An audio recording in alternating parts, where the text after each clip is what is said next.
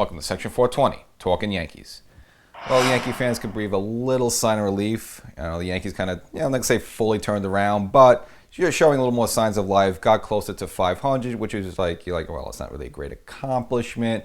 But of course, when you're 6 or 7 games kind of like below 500 and you start panicking, which were the Yankees were there a couple weeks ago, with a lot of hitters struggling and so forth. When you're like a 500 team, like, wow, this is great. You'll take this. So looks like the Yankees figured some things out. We're going to go back a little bit. This is some of the moves they made to get up to this point. And of course, really this got turned around by that road trip in Cleveland where they took 3 out of 4, which, again, kind of reminded me back when I'm not comparing this team to the 1998 Yankees, but if you remember the 1998 Yankees, one of the great Yankee teams of all time, they started off 1-4 and it was this, they weren't hitting well and this looked lethargic. And then they took that road trip up in Seattle. And right away, I think the first bat of the game, Chuck Knobloch on the road hits a home run, and then they do well on that road trip. And then from the Yankees kind of caught themselves, and they just steamrolled the rest of the way. Now, not gonna say this team's gonna do it, but at least they just turned things around a little bit where they look a little formidable as a team. And again, and the fans can relax a little bit. People are panicking after 20 games, but I don't say the Yankees are stress-free from right now, but at least, again, a much better place than 2 weeks ago when, again, everyone was just jumping off the Brooklyn Bridge. So you're going to say, right, how the Yankees get there? Well, yes, I mentioned the road trip, but the Yankees did make some moves, little minor moves that seemed to maybe give this team a little shot in the arm. Of course, the biggest one, again, really started the process was the pickup of Rougned Odor. Now, we never really got into it because we were doing a lot of interviews lately and never really specified it, but the Yankees did pick him up from the Texas Rangers. Now, of course, you'll remember him infamously for punching Jose Bautista in the face. And for Odor, that would probably it's going to be the highlight of his career, which, is a little sad in a way, but, whatever. Unless he does something great for the Yankees, then, of course, that would overshadow it. But they get Odor now. He's a spark plug type of player. Texas designated for assignment. Wasn't hitting well there, but a couple of reasons why the Yankees made this move. Obviously, with him, with Jay Bruce going bye-bye, he gave the Yankees the opportunity to put DJ to first base, which, the Yankees do normally, especially when it's playoffs and time and stuff like that. But now you have Odor. Now he's a second baseman, can play a little third as well to back up Gio if necessary. But, the move is this. You can just see it there. They want probably DJ at first base, again, until Voit comes back, and they'll figure out when they get there. And then Odor could play second base. Left-handed bat, little pop, a little fire. Again, remember he punched Bautista, so he has a little fire in him. So maybe they, this Yankee team kind of just coming out of the season look kind of lethargic again, kind of just mopey, not hitting much, and a lot of long faces. And I guess this guy fit in right away. Now for him, obviously he had that beard, so he had to shave it. Yankee regulations, which he was, I guess, kind of begrudgingly willing to do. But you can see the effect in the clubhouse right away. They kind of took to him. He's kind of a little bit of a character for the team. And again, just underlying maybe didn't pay off right away, but you could see this. He was part of the ingredients to get this thing turned around a little bit. Now, a little more recently, another move the Yankees made, shipping out Mike Tauchman to the San Francisco Giants for Wandy Peralta, a left-handed relief pitcher. Kind of curious in a way. I mean, maybe not really. You figure, once, Yankee outfield's crowded to begin with, and of course, once the Yankees decide to bring Brett Gardner back, kind of figured, Tauchman's days were going to be numbered unless he just, got off to some credible start and was amazing for the team, which really wasn't. So you figured this was going to happen at some point. Now, the move was a little curious at the time. Now, was it maybe Cashman trying to send the team a little signals like, hey, some of you guys better start hitting or we're going to start shipping guys out? The Yankees started to play a little better. Some guys started hitting a little after that. So, again, maybe a little warning shot. Cashman fired a shot across the bow, and the team kind of picked up on it. So, possibly. And, the move itself, it's a little, all right, well, Peralta, he's good. I mean, he's a left-handed reliever. But, the Yankees just got Justin Wilson back off the DL. Britton's, starting to throw. He's kind of still on timetable. Should be back by maybe late May or June. So, you're going to have 3 lefties in your pen. It's kind of weird move to begin with, but maybe they just don't feel confident Britton could come back strong enough, or Peralta's maybe an insurance policy. I wouldn't put Peralta up on Britton's level, when both pitches are on top of the game. Britton's the better pitcher, but again, I think this is a 2-part move. Again, let's just get some insurance in case Britton, the comeback isn't what he is, and maybe Wilson has a little bit of a setback. And plus, look, it gets, Yankee outfield's kind of crowded, ships Talkin out, so they kind of take care of that. And again, kind of maybe fires a warning shot to some of the other players in this team who haven't been hitting well. Say, hey, look, you got to start producing or we're going to make moves and sit guys down. Now, one player who's gotten a demotion has been Gary Sanchez. Now, what happened here is that obviously, now, he hits a home run on opening day, and you figure, all right, it's going to be different. And I thought Sanchez was really going to have a great season start, and he still might. But obviously, since, the first couple of games, he's severely dropped off. offensively and a little defensively as well. And again, just one of these guys that just seems a little lethargic at the time. So obviously, Boone makes a decision, says, hey, Higgy's going to get more playing time, and Higgy's been hitting a little better. Again, had a big home run in that Cleveland, and one of those Cleveland wins there. So, Sanchez's stock is really starting to drop right now, and as we all know, Cole prefers throwing to Higgy, and it seems like some of the other starters also perform a little better when they're throwing to Higgy. So possibly, we look at a situation where maybe Gary Sanchez, days are going to be numbered, or at least maybe, they ship him out or something, or, they just DFA him at some point if he doesn't start hitting. Again, if Sanchez is right, offensively, he could do things that Higgy can't. But the problem is you got to hit a little bit, and he's not even hitting. At least Higgy once in a while thumps a home run here and there. I mean, crazy enough, he actually has several multi-home run games in his short career. So maybe just the right guy at the right time, whatever this case may be. But again, if Sanchez doesn't shape himself up, trade deadline or whatever, or they just might just flat out just eat the $6 million and dump him. So it's one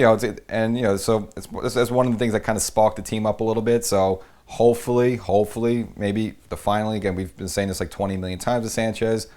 Maybe finally things are going to start, clicking his head to all right, you got to put it together. Otherwise, you're going to be in another, playing for another franchise next year. And Aaron Judge finally snapped out of his little funk to start the season. Again, one of these players is just scratching his head, okay, let's get it going, Judge. So had to sit out one game just for an oblique thing, and everyone's like, oh, here we go again. But he came back the next game, cracked a home run, and has been hitting well since that point. So, for the Yankee lineup, you need Judge, of course, who, ideally, again, the Yankees a lot of times try to bat him second, and of course have Hicks bat third. But both of those guys to start the season were just flat out terrible. Even Hicks has picked it up a little bit. Again, overall, this team, you see there's a lot of low averages, a lot of people in the low 200s. So a lot of people still need to kick it in like Gleyber Torres. But you at least now seeing Judge being more Judge-like, as well as Aaron Hicks. And of course, Stanton's been pretty good so far this season. Again, he could, at least with the home run swing, again, average-wise, you'd like him to pick it up a little bit. But, the big bats are starting to go. The real curious one has still been DJ LeMahieu. I mean, he hasn't really taken off yet. We haven't seen the machine yet. I don't think this, the money got to his head and all this stuff. And, at 32 years old, he's all of a sudden just going to be terrible. Again, but he's a player you're still waiting to really get it going. So, just once you get 4 or 5 of these guys going, then I think they could put a good, streak, a good month together and really, start to catch up to the Red Sox. So, they keep winning games. But again, just look at that Red Sox roster. There's nothing that you look at it that says, they're going to be this good the entire season. At some point, they're going to fall off. And I think the Yankees will, start playing better. But, it's just good, again, to see Judge being Judge. And if we could get a full season out of him healthy, something we haven't had in 2-3 years, it's just all the more better. And, of course, with everything else, if you want to be a championship team, it's starting pitching. Now, of course, Cole is fine. You can insert him there every, 5th game, and he pretty much gives you a great performance, a win. Or if he doesn't get a win, maybe he only gives up 2 or 3 runs, and it's just to get run support. And that's really been the main issue of this team so far. I mean, really the pitching, even though, it took a while for someone like Kluber to really get it going. But overall, the Yankee pitching, especially the bullpen's been phenomenal. Chapman's been great. Again, he has that new little splitty that he added this spring. It seems to be paying off. And he kind of looks focused, a little more determined. Again, probably just a bad chip on the shoulders the way the past couple of seasons ended for Chapman. The Yankee bullpen's been fine overall. They really, that hasn't been the issue. It's just haven't been scoring runs. And the starting pitching hasn't been great, but they've kind of, kept the team in float, kept them in the game for the most part. It's just, we haven't seen the offense really get fluid yet. But some really 2 big signs for the Yankees. Well, number one, just from the personal level for Jameson Taillon, finally getting his first win since 2019. Just, again, a long road for him to come back. And, overall, he's been throwing pretty good for the Yankees. So if he can just sort of get it going, again, at this point, until Severino comes back, he's your number 3 and you want him going. But, of course, Kluber, again, a strong performance, that Sunday game against the Tigers. Now, I know the Tigers are miserable, like an 8-20 team at the time. But, hey, look, it's a major league team. Kluber goes 8 innings. Just gives it 2 hits, 10 strikeouts, a vintage Corey Kluber type of performance. Really had that slotted dip in, and that's really what Kluber is. He doesn't blow you away. I mean, he's only around maybe 92, 93. That's not his game. He's not cold, but when that slide is going good for him, that's when he's getting the strikeouts, it's dipping down in the zone, and that's what you saw in that Detroit game. So again, you get Cole and Kluber. Again, I've been repeating myself many times, but that you get those 2 really contributing, and then that really makes the Yankees a dangerous team. And of course, whatever Taillon can contribute, and then again, we're getting Severino back in June. Again, if they baby him a little bit, again, coming back from the Tommy John, But we've seen Severino, he's high octane type of guy. But so at some point, I think he would leapfrog Tyone. You'd see Severino kind of being your number 3 and Tyone number 4. And then of Jordan Montgomery, who's, again, been a pretty steady Eddie. He's been good for the Yankees as well. And so if Montgomery's like your 5th starter, I would take that over probably any other team's 5th starter. So the Yankees could be in a very good place. But again, it's really up to Kluber. It has to stay healthy and has to stay giving the Yankees performance like that. But not only give him performance, give him innings.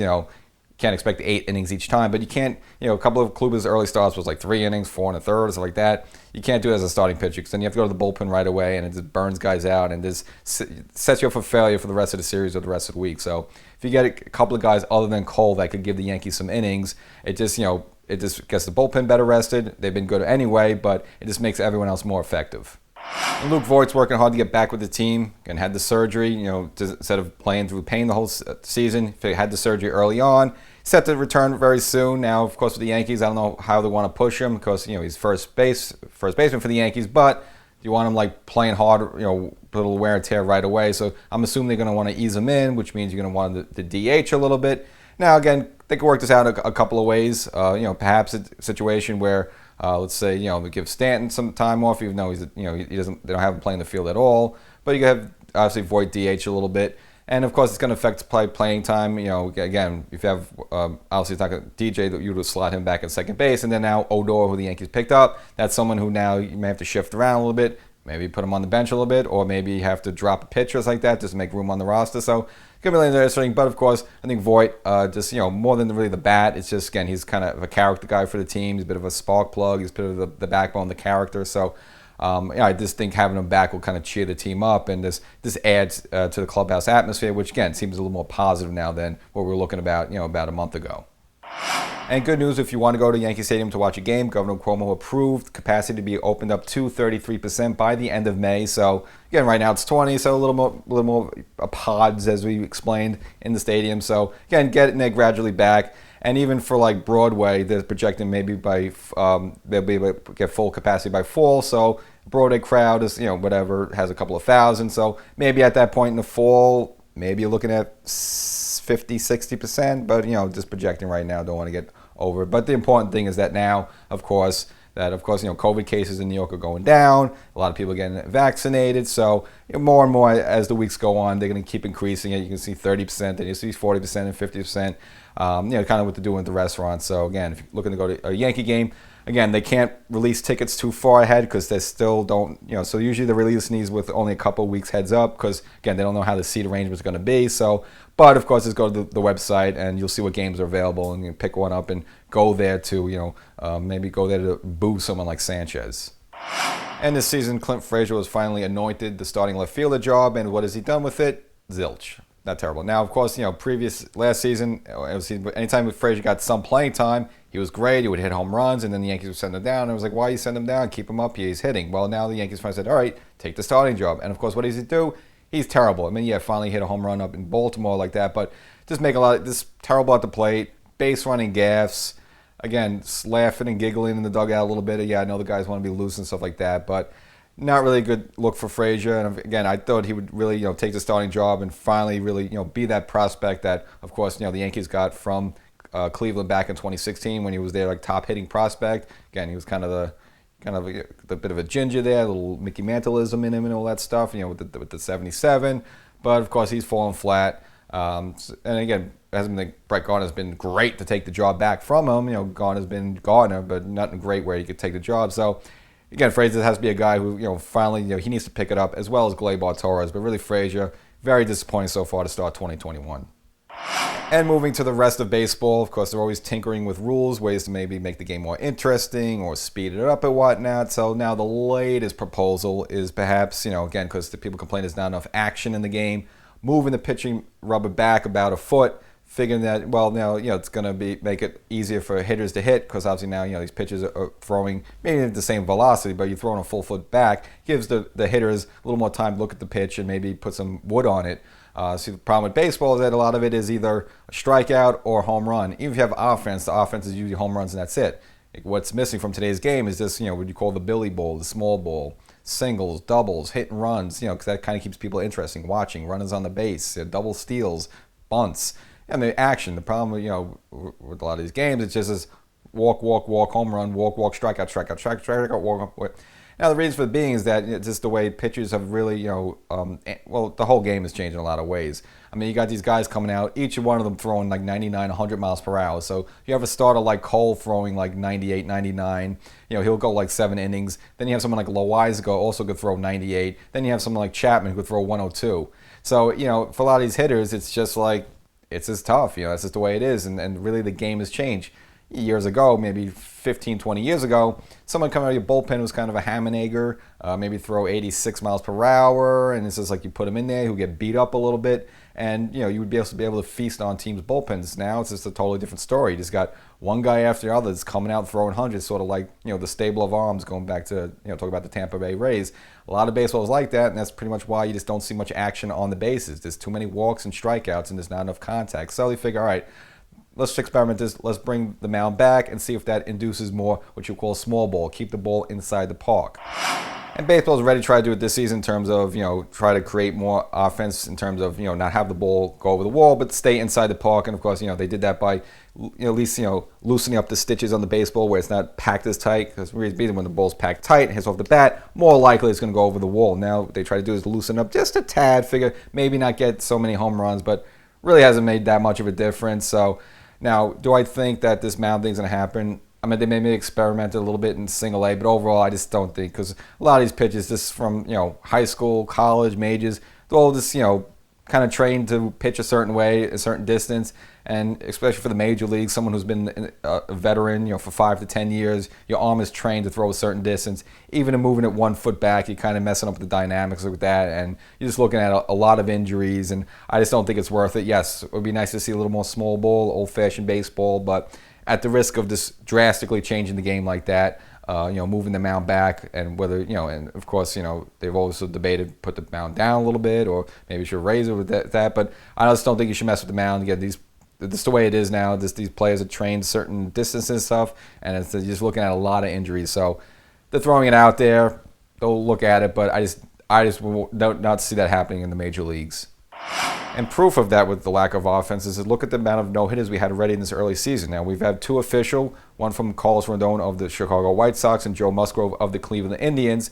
And then we had a kind of bit of a controversial one. Madison Bumgarner had one of those 7 innings because it was a doubleheader. Now, remember with the doubleheader from the rules from last season that doubleheaders are only 7 innings. So Madison Bumgarner threw a no-hitter for 7 innings, but technically, since it's not 9 innings, they're not counting as a no-hitter, just a complete game, which is kind of weird. So I'm not sure how your feelings on that one. But in addition to the 2 official no-hitters we had already this season, there's been 9 players that have taken a no-hitter to 6 innings or more already, including our old friend J.A. Happ, who did like 7 1/3 innings for the Minnesota Twins. I mean, we didn't get that J. Happ last season. Well, I don't know what happened to that guy. But nevertheless, this goes to show that Reddy in this early season, Reddy had 2 no-hitters and 9 players who have taken no-hitters into the 6th inning or more. So, again, you're just not seeing the offense. It's either walk, home run, or swing and a miss. And, again, baseball is just jumbling to find a way to the, just maybe, move the mound back maybe. Is that a possibility where, the hitters got maybe a little bit of more of a chance? I don't think they should do it, but they're going to be toying with ideas because just the way baseball trending, it's just more and more where you're seeing home runs or nothing, and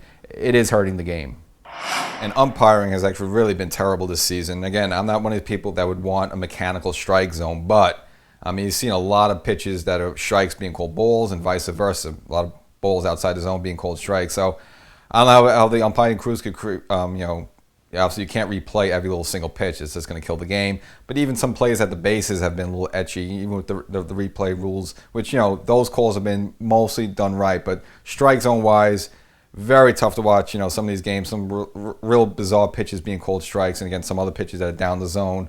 You see the pitching just standing in the mound. Like, where was that one? I know it's been, from the infamy of baseball, that's been the story. But really this season, for whatever reason, they've really been off with the strike zone. I don't know if it had any carryover from last season, maybe whatever, just not having a normal full season. Maybe these guys just aren't up to par, but really the umpiring crews really got to get their stuff together. And we really didn't get into this much in the off season, but of course this season, this is going to be the first year since 2013 that there'll be no Hall of Famers elected to the Baseball Hall of Fame by the Baseball Writers Association of America. It's still, again, we have some of the usual suspects that are very close, but some interesting stories here. So of course, Curt Schilling. Now, he scored a 71%. Now, of course, you need 75 to qualify for the Hall of Fame. Now, Schilling's at 71% with one more year of eligibility for next season. But, of course, he ran his mouth, got a lot of, you would say, conservative type stuff, and, a lot going on in baseball with, conservative versus liberalism, a lot of stuff. I won't get into the politics, but, of course, Schilling said some things, and he kind of got himself, in a bad spot. And to the point where, some of his comments, people feel like, you know what? It doesn't represent the game, and he should not be into the Hall of Fame. So what he basically did is he basically said, hey, look, you know what? 2022, just take me off the ballot. So he's just like 4% away from qualifying, which probably in the final year they might have been, you know what? Let's just give it to him. Similar happened to Mike Mussina. He was kind of inching his way up, got to about 72%, and then finally the next year was able to qualify. So Schilling probably would have been in that same boat again. He's kind of a weird type of career, if you look at his numbers overall, again, he did struggle early on to get it together, but of course, a couple of World Series, of course, the 2004 Bloody Sox situation, Cy Young winner, so, he does have a good case for himself, but if you look at his numbers overall, it doesn't, wow you, overall, but of course, he's kind of like, a player, you almost like Kurt Warner with football, just a shooting star. You get careers like that, and whoop, whoop, whoop, whoop. But of course, now with his comments, he's kind of taken himself out, and he's personally said, hey, look, you know what, just take me off the ballot. So, I don't know, it's kind of a bit of a debate if he can actually do that. They still might just vote him in. We'll see how that works out. Now, speaking of Clemens, that kind of springboards us to a couple of names that are going to be eligible for the first time in 2022. Now, of course, that's A-Rod and David Ortiz, Big Papi.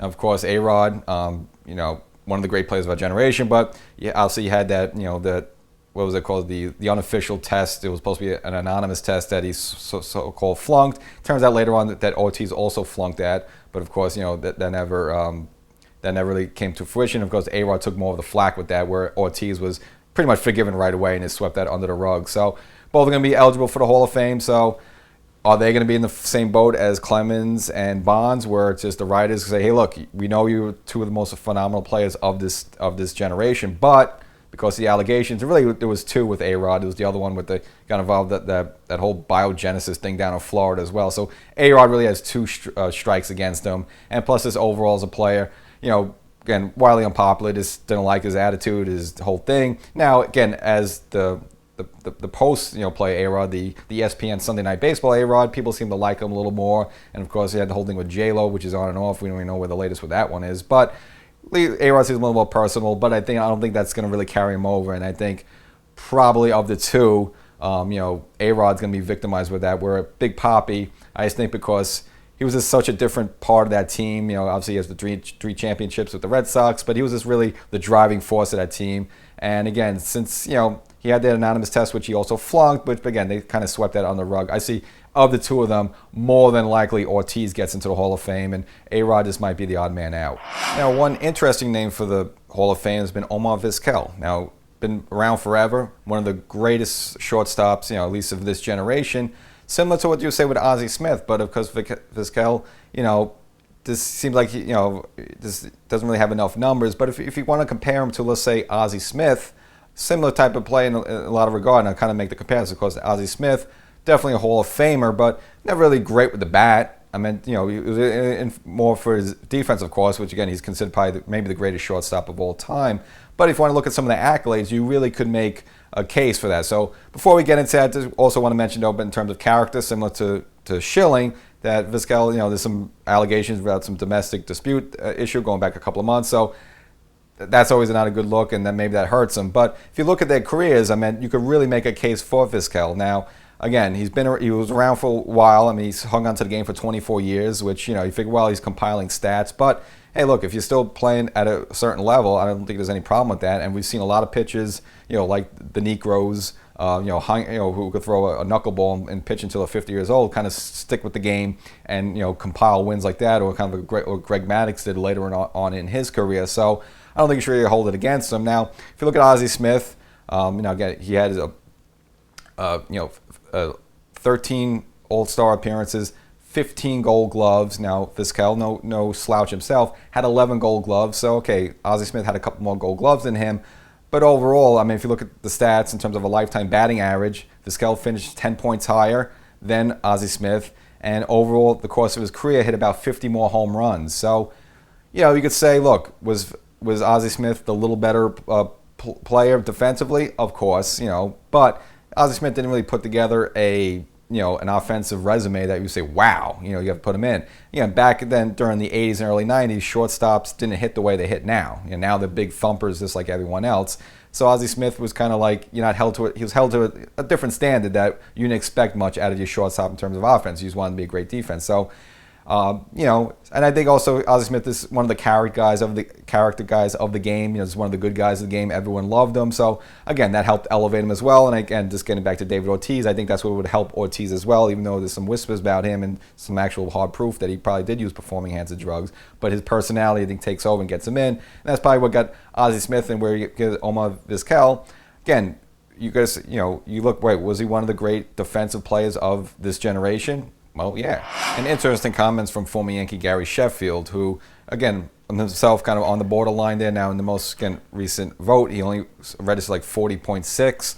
So he only has a couple years left, so chances are he doesn't get into the Hall of Fame, which is kind of weird because he has 509 career home runs. And it used to be, of course, he hit the 500 home run mark that you almost a shoo-in. But, again, I just think, even though there's never been anything, there's been little whispers, but nothing really ever directly linked to Gary Sanchez. Supposedly he used the cream or the clear, whatever the crap was a while ago, but nothing really significant. So, but I think maybe some baseball writers just felt maybe he might have been possibly dirty a little bit, so that's why they kind of give him the cold shoulder. So even with 509 home runs, and of course Sammy Sosa as well has over 500. Still, Sammy Sosa is definitely not getting because they're super suspicious of that. But Sheffield, again, never had anything directly linked to him, but they just probably feel, of course, that he doesn't qualify. And he kind of made some comments recently that he didn't even bother watching the game anymore. Kind of similar to what we talked at the top. He's just tired of all the strikeouts, where he feels like a home run isn't special anymore the way it used to be. And he pretty much watched it. And even doing analysis for TBS, kind of like he said, well, I was forced to watch this to cover the game and talk about the game. But he said he wasn't even watching back then.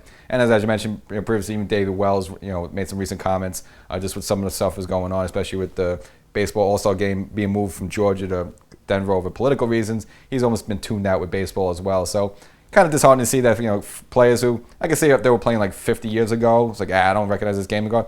Players were around maybe 10 years ago. Still should be kind of connected a little bit, but they just see totally put off just by this kind of new rules and stuff like that, where it's just really has, you're just rewarding home runs and not really strikeouts. And like I said, someone like Yogi Berra, maybe the amount of strikeouts he used to have, you could count on one hand back in the 50s. Well, those days are well over. And on a personal note, because I know you're very concerned, I got my 2 shots, so now I qualify to go to the Yankee game without a rapid test.